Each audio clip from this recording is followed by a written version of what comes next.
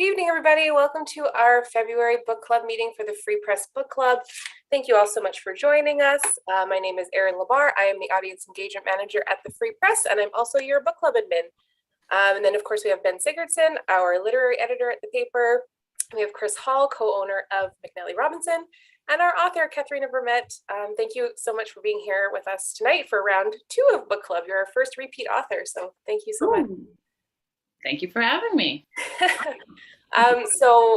Before we get started, we're going to do our land acknowledgement because all 4 of us and the Free Press are joining from Treaty 1 territory, which is the traditional lands of the Anishinaabe, Cree, Oji-Cree, Dakota, and Dene people, as well as the homeland of the Métis Nation. And we will continue on with the meeting as we normally do. Katherine is going to do a reading, and then we'll get into the Q&A. So you guys sent some really fabulous questions, so I'm excited to get involved in that discussion. And with that, I will throw it over to Chris. Great. Thanks, Erin.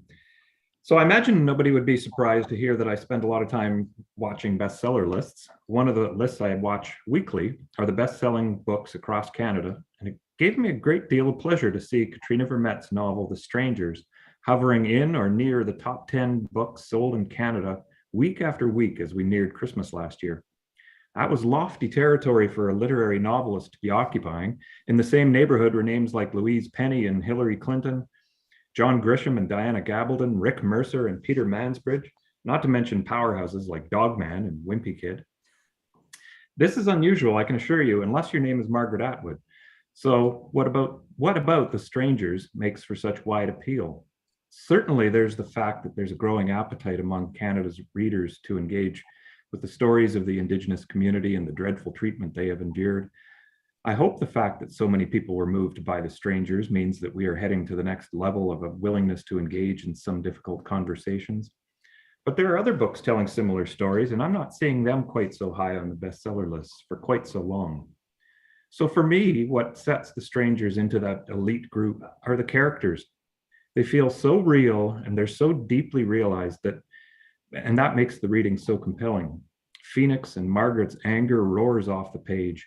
Elsie's struggle evokes sympathy and empathy, and Cedar's attempts to discover herself seem both typical of any high school student and at the same time so utterly unique.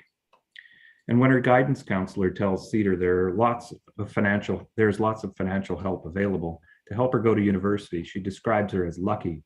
I remain stunned by that moment. What an effortless way to erase and ignore the entire story we've been reading about Cedar and her family. So I could go on, believe me, but I'm not alone in wanting to hear from the author herself, so I will quickly pass things off to Katherena Vermette. Hi, thank you for that. Yeah, we spend, as writers, we spend so much time making and crafting these characters, and I fell in love with them. And also fell out of love with them many, many times. We have a whole relationship with these imaginary beings in my head. But I'm always so touched that people feel them and see them. Because that is the biggest compliment that we can get, especially for those of us who are obsessed with character like I am. And we can totally dive in and talk about that. I love talking about anything and everything to do with writing. I'm going to read a short passage.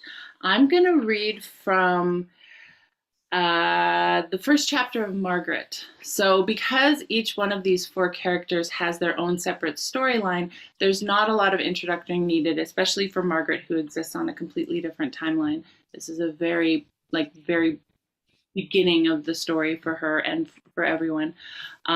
Also, I would start with Phoenix, but Phoenix has so many F-bombs in her chapters that, I'd probably shame you all.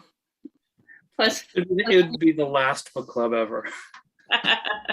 It's also the first chapter of Phoenix was also, it was a definite choice, because not only is she F-bombing all over the place, she's in distress and she's in labor, and let's all forgive a person for swearing as much as they need to while they're in labor.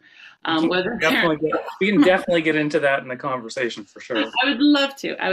I'm going to read just a short passage from Margaret, just getting into her voice, and then I'm happy. I love the discussion part.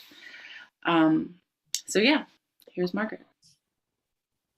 On the day Phoenix was born, Margaret was working on a new puzzle.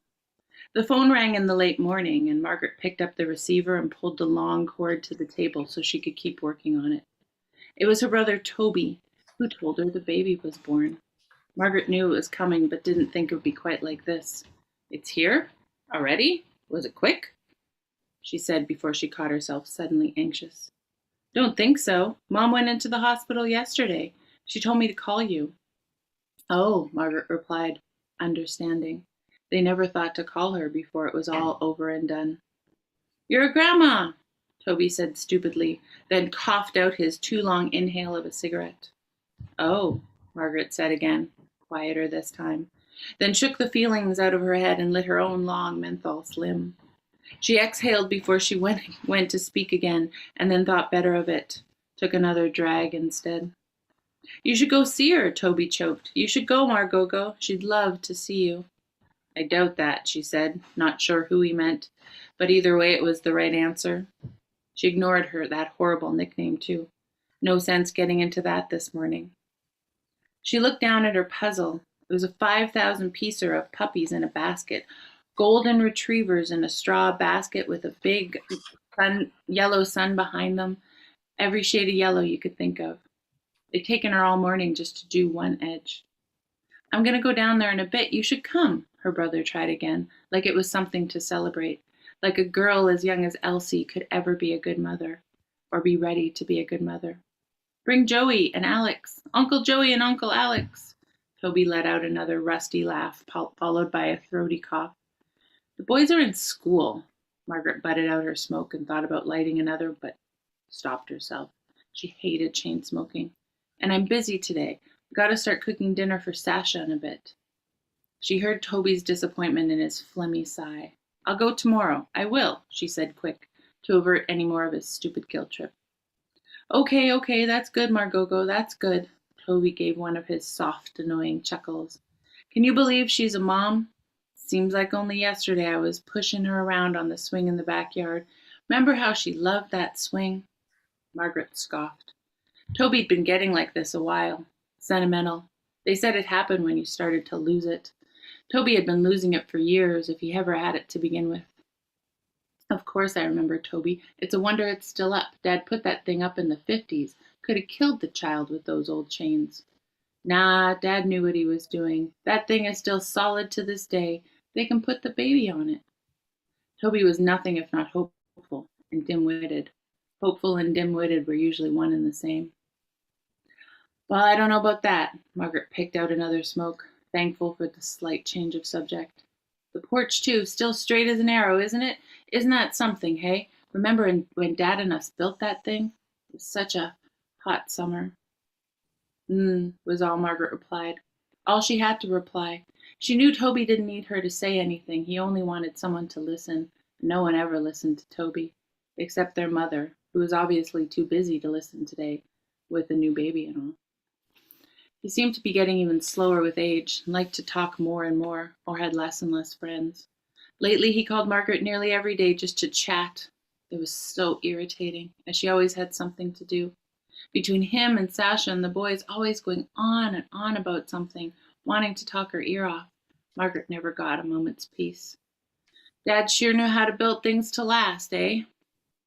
Margaret made another dismissive sound. She wasn't in the mood for Toby's precious rewrites of their childhood. "Listen, Tobe, I gotta get to my ironing." It wasn't a complete lie. "Okay, little sis, just thought you'd want to know. You know, Grandma." She could hear him smiling in the phone. It was so grating. She heard him light another cigarette and cough in her ear before sputtering a "talk to you later." "Yeah, bye." She rammed the phone down before he could say anything else, then focused back on all those shades of yellow. Such a great, such a great segment of the book, and thank you for doing that. And it's great to see you again, and we're so thrilled to have you back. Man, I don't even know where to start. I was sort of, I have questions that I've come up with, and the readers have come up with, and stuff. But you just read this section about the porch being straight as an arrow, and once I finished The Strangers, which was like, honestly, it was just within the last day or two, I went back and was leafing through some of the the text of the break that dealt with Phoenix, and she actually walks by the house at one point, and the porch is all slanted or something like that. And so it was just so fascinating to come back to this section and see that, like, the house is still in great shape and stuff. And then when Phoenix sort of goes by it, later chronologically, but earlier in your work or whatever, that it's sort of, in this different state, and that it's just like, it was really so interesting to go back to the break and pick out the Phoenix sections and see sort of where she was and who else sort of factored in, like Elsie's like talking about Elsie and Cedar Sage and stuff like that, which sort of is a long rambling preamble way to get to my first question, which is, I was reading an interview with you where you said, you were talking about the break, and you said to the Hamilton Review of Books, the seed of this came from one of those mysterious writerly happenings, a dream or vision, nightmare really, about the violent incident that Stella sees in the first chapter.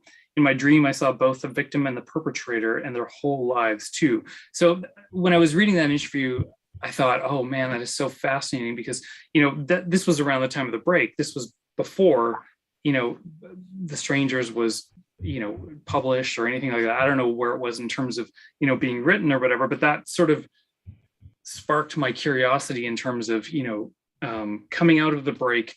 Was The Strangers already fairly, no, that's, I don't know what that was. Was The Strangers fairly well formed in your mind, or did you sort of already have the idea to sort of go ahead and write this sort of spin-off in the same world of the break? Yes and no. Like every writer, I'm going to answer the question with both answers. I mean, it's true. I did see the break kind of felt very tip of the iceberg of the whole story. And in the end, the break ended up being this really claustrophobic book of this incident and the immediate trauma that surrounded it. Like the break only takes place over about 4 days or so, 4 truthful days with a number of different perspectives. So it felt like the break felt like I shaved off a lot of the excess of the story because it needed to be so tight like that. And I thought that's, I didn't know what I was doing. I thought that's how you write a novel. The novel ends up being a tip of the iceberg, this big whole story. And it was hard enough to write it. It took me forever to write it. So putting it together and finishing it, it just felt like that was the victory, like I didn't see past it for a really long time. And I let all the excess it was still there. But I never thought of writing more books. I was just, writing one was enough, and getting one book deal was enough, and really hard at the time. But then honestly, I was at a writers' festival a few years on from the break, and I remember very vividly hearing a writer talk about her novel and how, I wrote the novel and my characters went away and I said, bye-bye, see ya, and I moved on. And I thought, well, that's a lucky person, because I just felt like I still had these characters rattling along. I knew a bunch of family members, Cedar Sage was very prominent and really didn't fit into the break in any big way. Just couldn't, I had enough narrators there.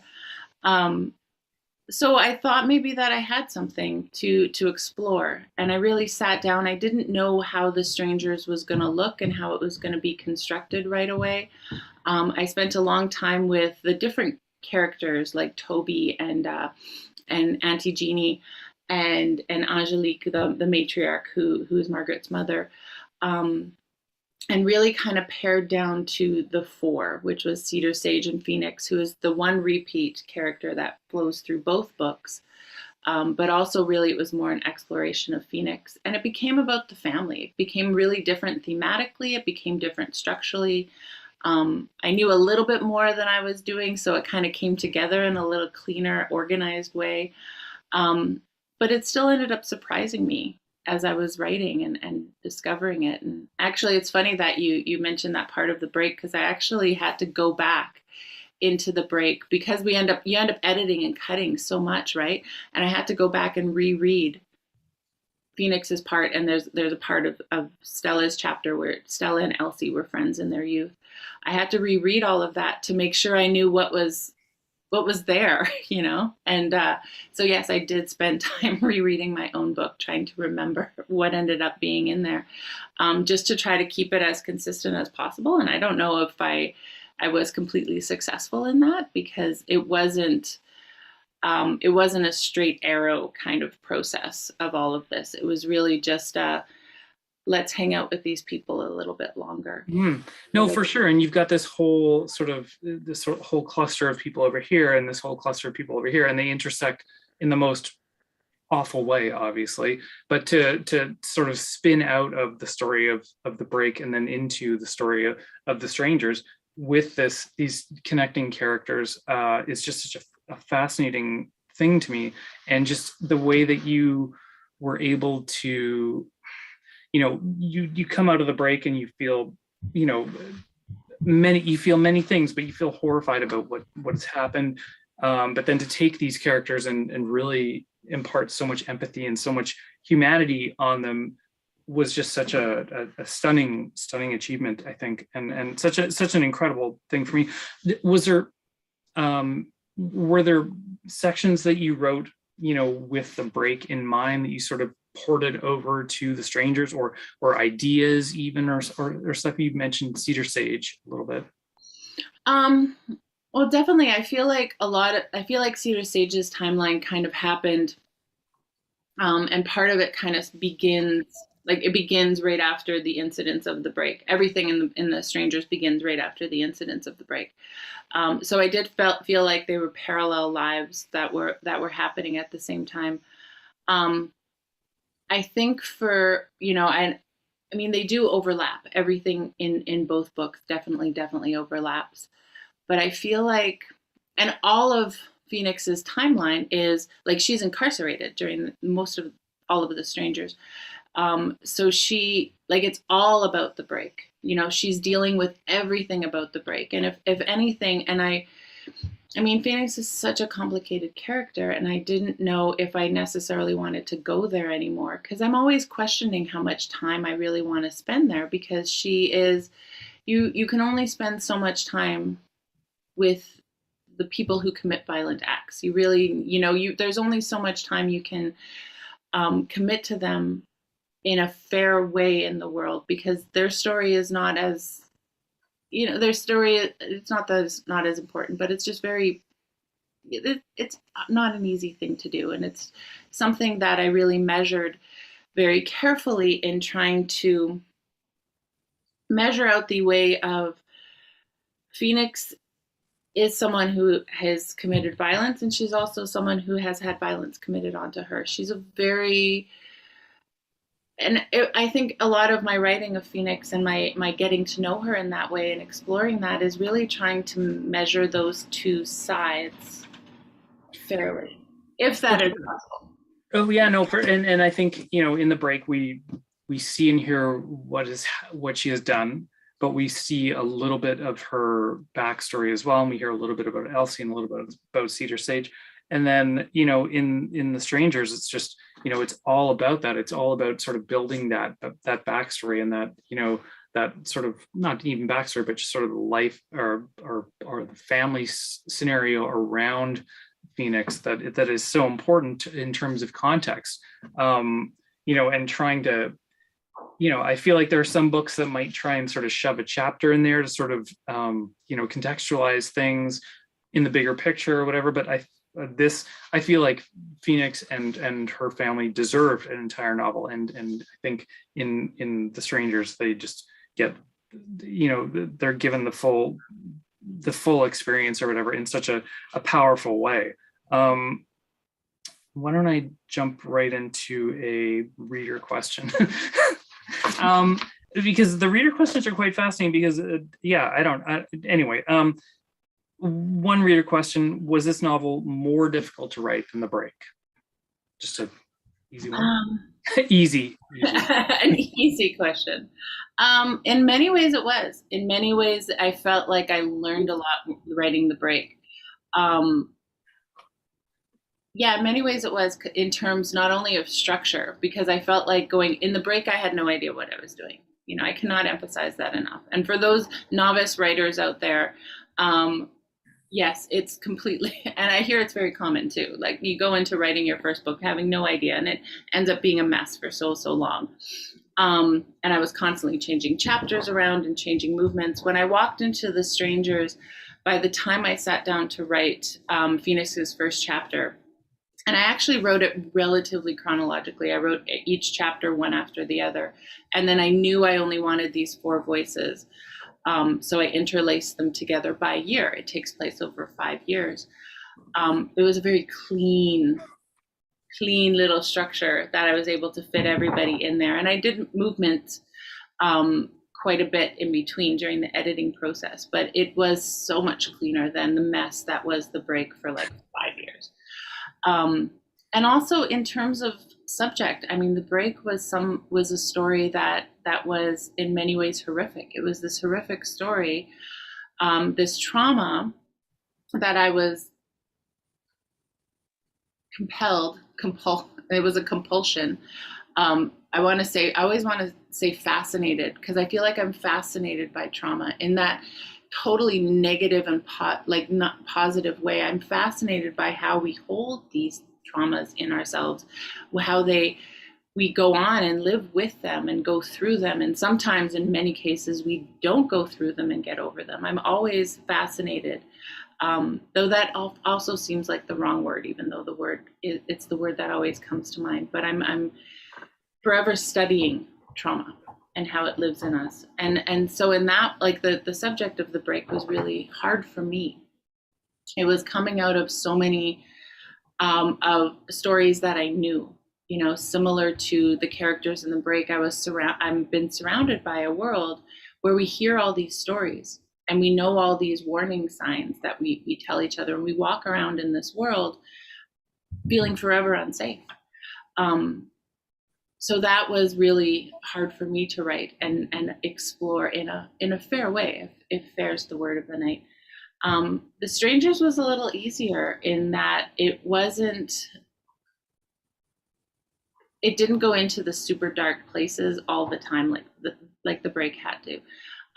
It also, a lot of The Strangers is exploring this idea of rage, in particular female rage, and how we respond to this, and how rage is a completely validating response. Violence never is, but rage is completely understandable.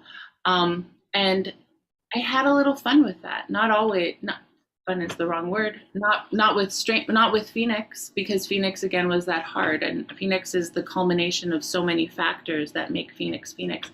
But with parts of Margaret, she's just this housewife who's completely insulated in this literal house that is in many ways also like a prison. So I was able to, you know, my old curmudgeon-y self just came out and had, you know, I let her loose and let her complain about the world. And that part felt like a great release for me. And in that ways, it was easier.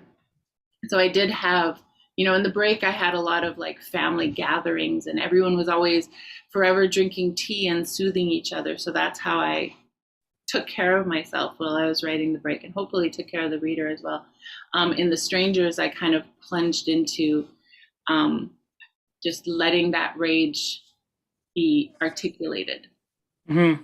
Oh man, I have so many questions, but that I've already sort of plotted out or whatever. But there are so many reader questions I'd like to get to as well. Chris, do you want to jump in with anything while I sort of review my chicken scratch notes here?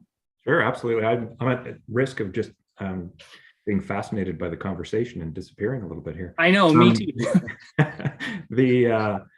I wanted to ask you to talk a little bit more about that opening section. Phoenix is, bursts onto the scene and she can be barely contained on the page, and yet that section is so compelling. It draws us in and won't let us go. She's raging, and then she has, a child comes out of it, which is such a sign of hope, and then the child is taken away. I mean, it's a real up and down kind of chapter. So I wanted to ask you to talk about the section, but from from the perspective of you as a writer, like in terms of setting up the book and setting up the what you're going to be doing and laying foundations and things like that? Could you combine those two? Well, the first chapter was where I started the book, and that like rarely happens, I think. In novels, we end up like cutting and pasting and moving things around. But I wrote, like I said, I wrote each character fully through, and went on to the next character. So I started with Phoenix's first chapter, and it seemed like the place to start. Just sorry, you started with Phoenix and you did all the Phoenix chapters. Like you never sort of took a break and was like, oh, I need something a little more lighthearted. Maybe I'll do a Cedar chapter or something, like, because I feel like that would be like a legitimate concern. It seemed like a very sane answer. But yeah, no, I did a little bit of that in the break also, just because I wanted to get the consistency of the character kind of first. And when I know where they're going to land, and this one I knew I wanted to do each a year over 5 years. So I wanted to walk Phoenix through her 5 years first. Sorry, I didn't mean to interrupt. Oh no. And it's just and then I go through and I interlace everything and I rewrite so many things. But I really did start with Phoenix, and it felt like symbolically, it felt like the beginning, because it's a birth, right? It's the beginning of a book. It's the most natural next step in Phoenix's story, because when we left her, she was, quite pregnant and about to give birth. So it seemed like the next logical step in the, hey, what's going on with her question that no one was asking but me. And it's also a birth, this is a family story. It's all about families and how we're connected. And it's also very much about birth and birth choice and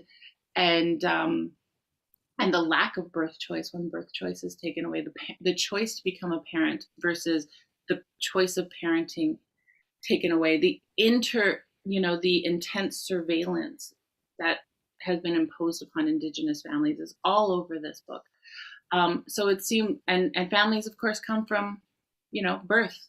They come from babies coming into the world, however they come into the world. So I wanted to symbolically start there, but it's also like it was such a choice craft-wise, because Phoenix's voice is intense. In the break, Phoenix doesn't come into, I think she's like 5 or 6 chapters in, because you got to kind of work up to Phoenix, and so at least on your first novel. At least on the first novel, you want to kind of start in. But with The Strangers, and we kept it like that, and kudos to my editor for never trying to sway me in that way. But I really wanted to start with Phoenix, because Phoenix is the bridge. Phoenix is the bridge between these two novels. But I totally also understand that Phoenix comes in with a roaring mouth. Well, we're actually in our head all the time, right? With her roaring voice in this head, and in the most intense moment of her life thus far. So it's a boom, and I changed and edited that chapter over and over. But the first time I wrote it, I wrote it over the course of a couple sessions of a few hours. That chapter happened really, really quick. Wow. I finished it. I cried. It was it was my own birth or labor, in a lot of ways, of coming into this book and really kind of set the stage of, it was a really intense writing process. So it really kind of pushed my momentum in that forward. I'm sure. Oh my God. I mean, reading that section, I'm sure, and then the Phoenix's subsequent sections, it was so interesting to read this book and then to go back and look at the Phoenix sections in the break too, and just sort of how they're so differently written, where this book comes in just guns blazing, right, with just intense anger and pain and what have you. And I started thinking about sort of, if you started with The Strangers and had never read the break, it would just be such a different experience, because it is a book that sort of stems from the break and is adjacent to the break, but you could read it on its own too and still sort of discern most of what would have come sort of before the beginning of The Strangers. But to sort of link the two together was just such a powerful experience. It's not a question, I know. Well, it is intended, like The Strangers is intended to be its own standalone. Like Yeah.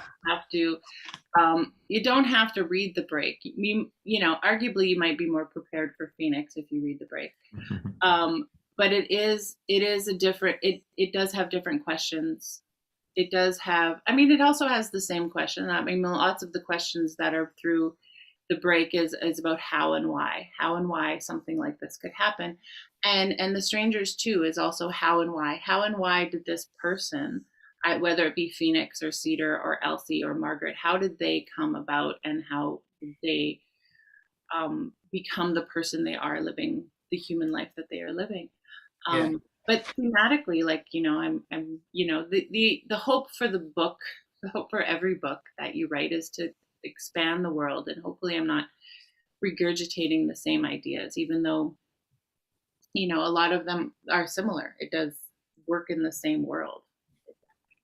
Yeah, I mean, I didn't feel like there, I mean, in going back after I finished reading The Strangers and reading Phoenix's sections in The Break, you could sort of see, like, it made more sense. It made sense to me in the sense that, you know, it hinted at Elsie's sort of very, like, her fragility, her you know, and the relationship she had with Cedar Sage and with Phoenix and stuff.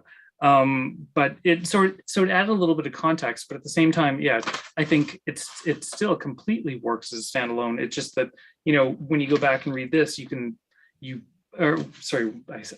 pointed at it, but no one can see that. When you go back and read The Break, you know, you see what Phoenix did to get where she is, and, you know, sort of that sort of jumping off point, and it's just it just filled things in beautifully. But at the same time, yeah, it's just like an incredible standalone novel too. I do want to get some reader. Erin, do you want to jump in on anything? Yes, I do want to talk about about some reader questions. So yeah, I'm going to do a reader question first, but I do want to talk about Cedar Sage a little bit later, because I love her so I know, much. and I want to talk about Rage, and I want to talk about Margaret and the house and everything. We'll be here all night, guys. Yeah, exactly. But we had several reader questions about the book jacket, the illustration on the front, if there was any significance to this specific beading, if this was like an image that was rendered, or who created the art. So if you could talk a little bit about the cover art, that would be great. I would love to. I'm going to point out, I use an ARC just because it's the first copy that people give me, and I get attached to books even. So I've been reading with this, and I give the other ones away. And you can see this, but you can also see my daughter has taken a pen and scratched everything. So minus the pen scratchings, what you have is birch bark here, beautiful birch bark, and the beading is directly on the birch bark. You have this beautiful line of blue beading that, to me, I immediately saw rivers. And then you have the different flowers that kind of, you know, they look similar, but they also look different. They're all kind of connected. I fell in love with this piece. This is an existing piece. Sorry, this is something that was not, you know, created for the cover. This is something my dear friend Casey Adams made. It's a beautiful piece that is now hanging in my office. It's mine. I own it. And it's birch bark that I don't know how she did it, but she beads perfectly, and it's just the most exquisite thing I ever saw. It took my breath away when I saw the piece on its own, when she did it. And we were looking at different pieces of art for covers. I do, you know, The Break is a piece by Metis Mennonite artist Corinna Wolf. That was also an existing piece. That's actually I believe it's the University of Saskatchewan has that one. I cannot afford that one. I can look. I'll look. And all of my poetry books as well. I love art, and I love using art and showcasing art. And I think, you know, there's no better way to, you know, decorate a book than with a piece of art. And this piece just felt Winnipeg to me. I saw rivers. You know, and as someone pointed out to me in the last few months, these flowers, they asked if the flowers were like the women in the story. And I love that, because now that's all I see. I see this linkage, this genealogy of sorts that kind of it just blends, and that people are connected, but they're their own thing. It's just the most beautiful piece. So I love it. I cried when we saw it. I called up Casey and like we just cried. I mean, this beautiful little sweetheart font is what this is called. It reminds me of an old like 70s paperback or something like that on this. Oh, it's great. And sorry for people who are watching, an ARC is a advanced reading copy. Because I have to have an arc of the break from when it first came out. I had a reader question about seasons. So the break happens predominantly in the dead of winter over a few days. And The Strangers tends to happen sort of in more of a sort of a springish, summerish time. Was that an intentional choice, or was that just sort of, yeah? There's a bit of winter in the. I wanted to go around. There's a bit of winter. There's a scene where there's snowing with Phoenix. That's what I'm remembering of winter. I did want to play with the seasons a little bit. Yeah, the break is definitely like winter, and winter is this whole other character in the break, which, as we know, as we live in Winnipeg specifically, but maybe the prairie is a little, if we want to include other people, but we know in Winnipeg, weather is a big deal. It is constant. It is ever changing. We go from -30 to +30. Like it's I don't know. When I write from Winnipeg, I'm writing about weather always. So I did want to kind of, because The Strangers takes place over 5 years, I wanted to play around with the different seasons and kind of meet people in different instances. Really trying to kind of do that full circle view around them. What's she like in winter? What's she like in spring? I don't know. But it wasn't as conscious as the break. The winter is like, the winter is a big part of the story, and it really kind of enforces itself on everybody. But in The Strangers, there's a little bit of almost trying to keep it at bay, which is another thing we do here in Winnipeg, trying to keep each other at bay as much as possible. Like I'm thinking of, there's a scene when Margaret keeps trying to close the curtains because it's so hot and she just wants to keep the summer out. And I don't know, anyone who's been, in Winnipeg in July, I think can relate to that. We've been waiting for it all year, but get out now. I know. Well, maybe that's a good place to transition into that. The importance of that house, of that home in the book, that having the family converge around Margaret and Annie, such a grounding element of the book, and seeing, at the end or near the end, Margaret baking the fry bread in her empty house before getting, her wish of this sort of clean break. And then, well, it's not a spoiler alert, really, is it? Because it's a book club. We're all supposed to have read the book before she, passes away shortly thereafter, and can't really enjoy her clean break or whatever. It was almost as if like a part of her died when the house sort of was put up for sale. I mean, well, when her mother died, and then when the part of the house, or the house, was put up for sale. I had a question somewhere, but then I started paraphrasing and now I lost it. Yeah, can you talk a little bit about sort of, I guess, that point when this house, which has had so many people around Margaret, who has seemingly been so crabby about the whole situation and about everyone around her, but it just sort of feels like near the end of her time there, and then subsequently her passing, like within a year or whatever of moving out, that it just felt like a part of her died with that, despite the fact because she couldn't be cranky anymore. I don't know. Well, I have so many threads. I love that read. And I love, like, the old English student in me is thinking like, oh, I can think of all the linkages to what those symbols could mean. So better, English students alert, No, I have 2 English degrees. I'm sorry about that. Essay topic. No, but it's true. I love that as a reading, because one of the things that surprised me in writing it, there's lots of things that as you're writing, and if you're doing your job correctly, you're surprising yourself and keeping yourself engaged in the process. And one of the things that really surprised me is how integral Margaret was, even though she was completely reluctant to be that matriarch. You know, she was relying on her mom to do all of that loving and kindness, and she was just, you know, in the background, you know, begrudgingly ironing everything. But she really did become that matriarch. You know, she really did become this pin in everything. And as she, like, she sold the house because this was her childhood home that her parents had, that she inherited, that she hated, you know. And so as soon as she was able to, she wanted to sell the house. She wanted to be free. She wanted to break free. But and then part of her anger really left her just, you know, cutting people off, right?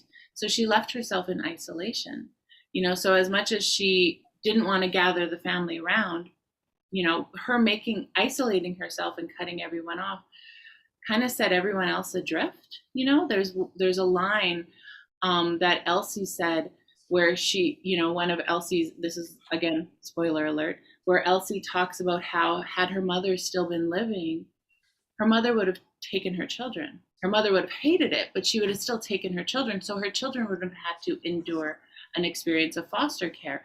And that just, that was one of those things that just surprised me as I was writing it. It was one of those, like, yes, that's like so crucial, because as much as she was so reluctant and hated the job and didn't want the job, you know, didn't even want to have Elsie in any way, but she held them all together in her way. And her passing and her selling the house and you know, getting rid of that role really, you know, tore the family apart as much as she didn't want to. So yeah, I love that read of the house as the symbol, because the house was this just beautiful place where, you know, you can, Annie and Mac had bought it in the 50s, you know, wanted to raise their family there. And then of course their family just ended up staying there, and everyone keeps moving back in. I had a house like this in my family. And it's just such this amazing home place that kind of takes up, you know, for you know, for me, as my Métis family, you know, it became our homestead, you know, because, you know, that it's very well earned and hard fought, hard won, to have that, especially that generation in the 40s and the 50s, where they bought their first home after many generations of being homeless and many generations of having their legacies taken away from them. So to have that and to be able to pass that on to their families was a huge deal, as it is to everybody, but it is a huge deal for Métis families. Mm-hmm. Yeah, and I mean, I'm just going to sort of continue on a little bit. In the section near the middle, in one of Elsie's sections, you write, you can tell a lot from a person by how they leave you. And you know, as I was sort of going back and making notes for this chat or whatever, you know, I went back because I'd flagged that section, and I thought about that, and then I thought about how when Elsie leaves the house for the last time, like what that scenario was like for her, where she's trying to be so stoic, she's trying, you know, and she's obviously the least stoic of any of the characters in this book. She just, you know, she melts and on the, you know, drop of a hat or whatever. And but it was just so interesting to read that in her section, and then, you know, and then have her sort of put on her bravest face, turn away from her mother and walk away and start her new life. And that was the last time she had seen her. There are so many characters in this book who have, you know, dealt with sort of being left or leaving, to sort of paraphrase Weaker Than's, I guess. Can you talk a little bit about the phenomenon of that in the book, and the experience of like all of these departures and returns, and, you know, people going, you know, and going to Stony and coming back, or, you know, just disappearing forever? I mean, that seems like such a crucial part of the development of the characters and this whole storyline. Yeah, I mean, it's called The Strangers, and it's you know, this is a family that kind of deals with a lot of their issues with one another by forming estrangements, you know. And it's something that I definitely am, you know, let's go back to that word fascinated, which is not the right word, because fascinated sounds so positive, but I really, am, for whatever reason, forever exploring these difficult things or seemingly difficult things, because I don't think anything, like having at one point Joey leaves and just never comes back. So having a son, totally cut off their mother seems like a travesty. Like, how could that ever happen? And that, of course, is the privilege of those people who have had good relationships with their mother, right? Like there's reasons behind these things, and it's complicated, and it's not ever one thing. It's not ever a totally bad thing. It's not ever a totally good thing. And there's certainly better ways to deal with family issues. But so often there's this idea of the cutting off. And I think that a lot of the characters in this, for better or for worse, do that.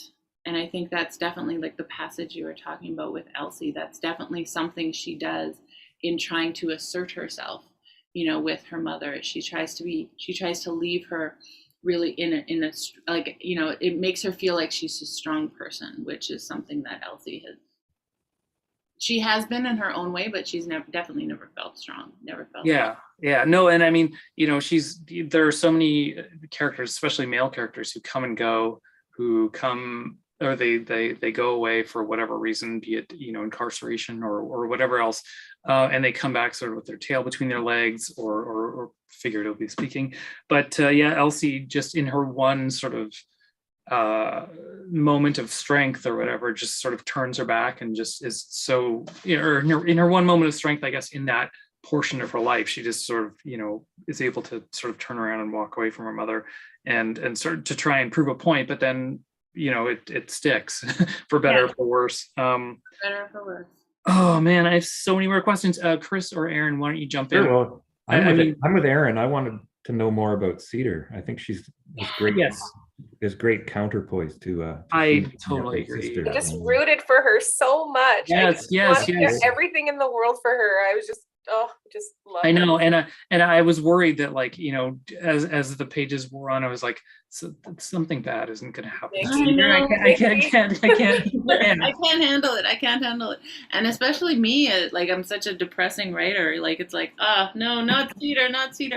I rooted for her too, and I unabashedly, unequivocally, I'm not supposed to do this. We're not supposed to have favorite children, but Cedar is my favorite character. And I poured so much auntie love and mama love into Cedar. She is my nieces. She is my daughters. There's so many things that I just adore about her. And yeah, I did want her to be this person who is definitely has not come out of her life unscathed. But she has this strength and perseverance that I do think is very much present in Margaret and in Elsie and in Phoenix. But there's something so incredibly put together in Phoenix, and I think it is definitely the relationship. Cedar, you mean? In Cedar, yes, definitely. Phoenix is not put together. She has her strengths, but putting together is not one of them. Thank you, Cedar Sage. And it's definitely the relationship she has with her father and the relationship that they build. It's those connections with her father, through her father, with her family. And still that enduring love she has for her sister and her mother, even though they are separated for many reasons, many of them that are completely beyond their control. But she just keeps on trucking, and I want everything and want the best for Cedar. And, have no fear, I will never, I'm thinking about as I'm writing. I do not, Cedar is gonna rule the world. She's gonna never say never. I was gonna say never say never. I've started writing the next book, which Cedar is a part of. And again, she's not unscathed, but she's, spoiler alert for the future, Cedar will end up ruling the world. That's great. We're for it. Okay, in one of the middle sections of the book, in the Cedar section, she says, "I've always been sad in a way. It's kind of a hardened sad," which to me, when I read that, I felt bad, because I feel like she is the least hardened sad of many, or not the least. Maybe Elsie is the softest sad, if that makes any sense. But everyone else is like Margaret is so much, and Phoenix are so much more hard and sad. I felt like, and so when that line just sort of pierced right through me, because I don't know, but it was just a very sort of touching thing for her to say about herself, and sort of taking where she is in the context of where she's come from and stuff. That was very poignant. I really, really appreciated that. It was great. But I was thinking of Cedar in light of Margaret, because when Margaret starts university, she's got so much positivity and so much aspiration, and so there's so much hope for her. And I'm just kind of dreading that the novel ends with Cedar in the same position, and then and that can go either way, right? And so I guess it's up to you in this case, but in life, you're don't do that to us, Katherena. No, like it is, yeah. And I do think Cedar is very similar to Margaret, and in a lot of ways, just like she's similar to Elsie, and I really like to play with a lot of their inherited traits and qualities and how they look at each other. Yes, I was totally going to mention, it's like a family, like you take physical traits, you take emotional traits, whether you know the people or not, and they just somehow come together, and you look at someone and you're like, oh, you're exactly like A, but you've got the characteristics of B, and I thought the characters in Strangers did that. Like, it was just so, it felt so natural, because we like, things about my son look more like my brother than like me, but but his personality wise, he's a big softy like I am, versus my brother who's not, or whatever, so it's like the way that these things combine to create to go through these generations and to remind us of of who have come before. It was fantastic. But then there's the whims of the external world, right? It's one thing for your personality and your traits and so on, but then Cedar's, I wondered to what extent you'd talk about Sean and the space and safety and time that he affords Cedar. That's a big deal in her life, isn't it? I think it's a very big deal, and I play upon, like, in her chapters, there's a lot of play between hard and soft. I play with hard and soft quite a bit. In the break, I played with hard and soft quite a bit, and I think Cedar. Keep doing that. Cedar strives to be hard, but she's really just a softie.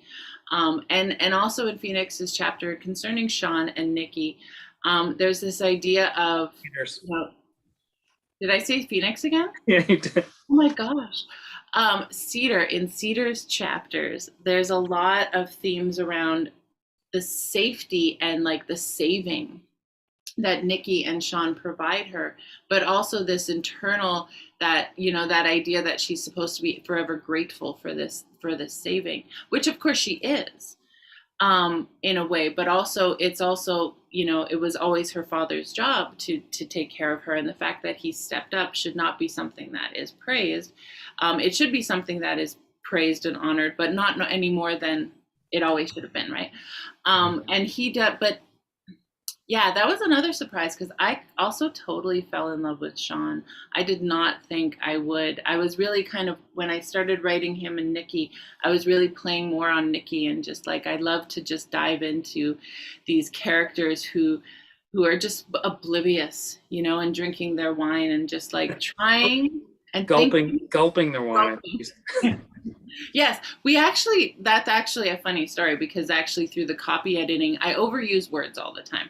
And one of the words I overused was sip, and my copy editor did not like sip. He thought it was way too feminine and way too overused. So I had to keep, I did this whole edit of the similes of sip and gulp. And, chug. At some point, Sean chugs a beer instead of sipping it, because my copy editor didn't think a man could sip a beer. And I'm like, I don't know. I think men sip beer all the time. We all sip and gulp and guzzle and chug and whatever. It was a hilarious part of the writing process. I write about drinks for the Free Press. I do all of those things.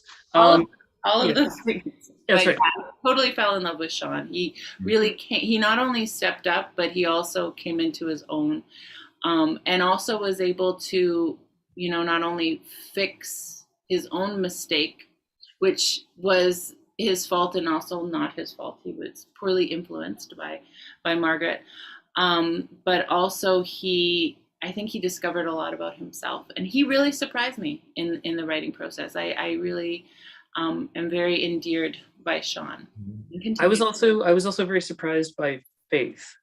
I felt like, going along, she was just sort of this typical sort of, teenage, like sort of a bit of a brat, but and then she just had this amazing awakening to her, to her family back in Alberta, and just sort of went off and had this happy ending, which I loved. I thought that was fantastic, because I was, I felt like at the beginning I was sort of, or when she was first introduced, I was like, oh man, this is such a grating, sort of a character or whatever. Not in a bad way, but in the way that it was supposed to be. And then she just came around, and she was just like, had such a positive experience reconnecting with her family, that I loved it so much. Oh, I'm getting a message. Oh yes, I'm just getting a message from Erin via text. Just wanted to flag time. But okay, so maybe talk a little bit about, because we had a few reader questions about the ending. And then maybe sort of, you don't have to go into great detail about, what is next for this saga or legacy or whatever. But you did sort of already hint about it, so you have a small obligation. A little bit opening. The ending was, for me, it was just the ending, and it was one of those things again that I remember my editor coming through and going like, no one who hasn't, I don't know how much spoilers, I guess I can give all the spoilers, that's right. And my editor came in with the ending and said, well, no one who hasn't read The Break is going to know what the ending is. So I said, and how big it is, of everything. And I made sure to write the story in the ending that it worked on both levels, right? If you hadn't read The Break, you're just so grateful, or hopefully, that Cedar has found a friend.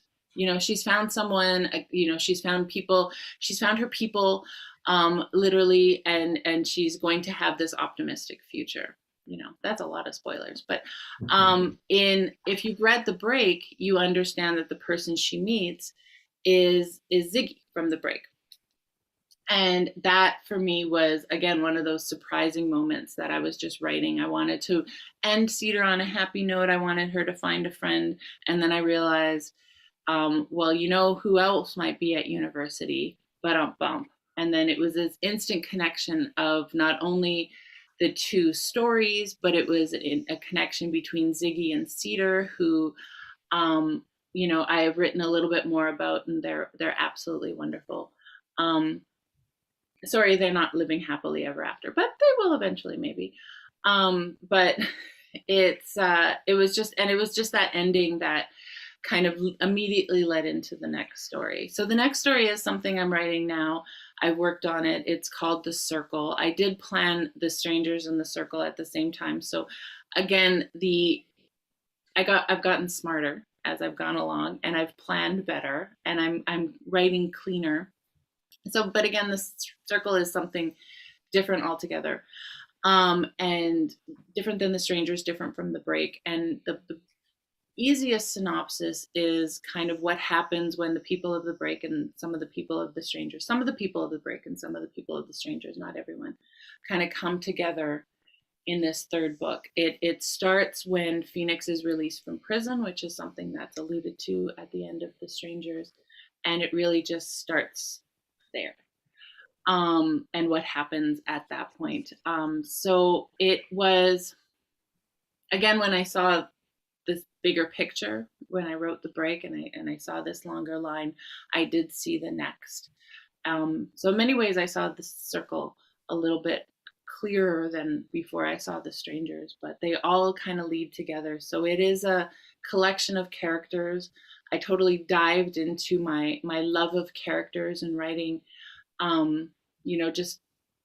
character sketches and really examining plot and setting and all of those things through character. I had a lot of fun, or I am continuing. It is by no means done. Just kind of revisiting a lot of people and showing them in a different light. There's a lot of characters from the books who I take their point of view, like a lot of secondary characters who I take their point of view and kind of see the world through their eyes and their little story.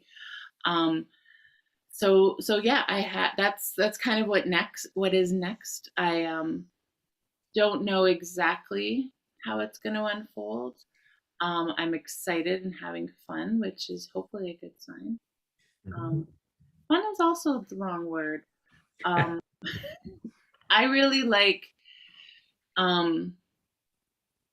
like this job. I really like just kind of like examining things, and I'm really very like, I like to tear things up and figure them out and think of them all the way around, like you can never, give me a puzzle and I will not stop with it until I've examined it from like 400 different angles, like I'm going to figure it out. So that's kind of like where the fun is for me. The subject matter is not always fun, but I'm always coming up with different answers and still surprising myself. So that's great.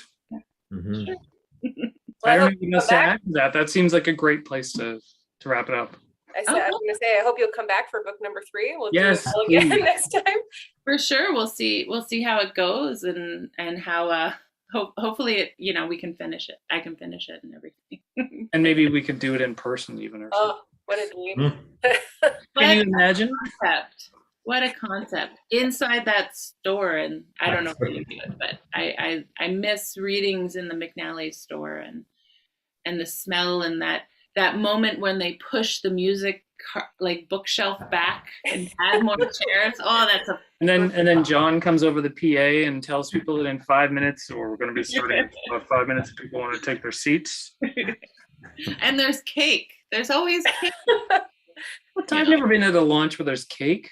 Yeah, there's cake. I've been to launches where there's cake and bannock. So we like at the same time. So we just leave with all the carb overload. Well, thank you so much again, Katherena, for joining us. It was such a wonderful discussion. I feel like we could talk about this book for like 5 hours, but we'll be respectful of everybody's time. Just quickly before we go, I want to mention that our next pick is Persephone's Children by Rowan McCandless. We'll be sending out an email tomorrow morning with more information about this book, so keep an eye out for that. And I think that's probably it for tonight. So thank you, Ben and Chris and Katherena, of course, and we will see you all again next month. Bye. Bye. Bye.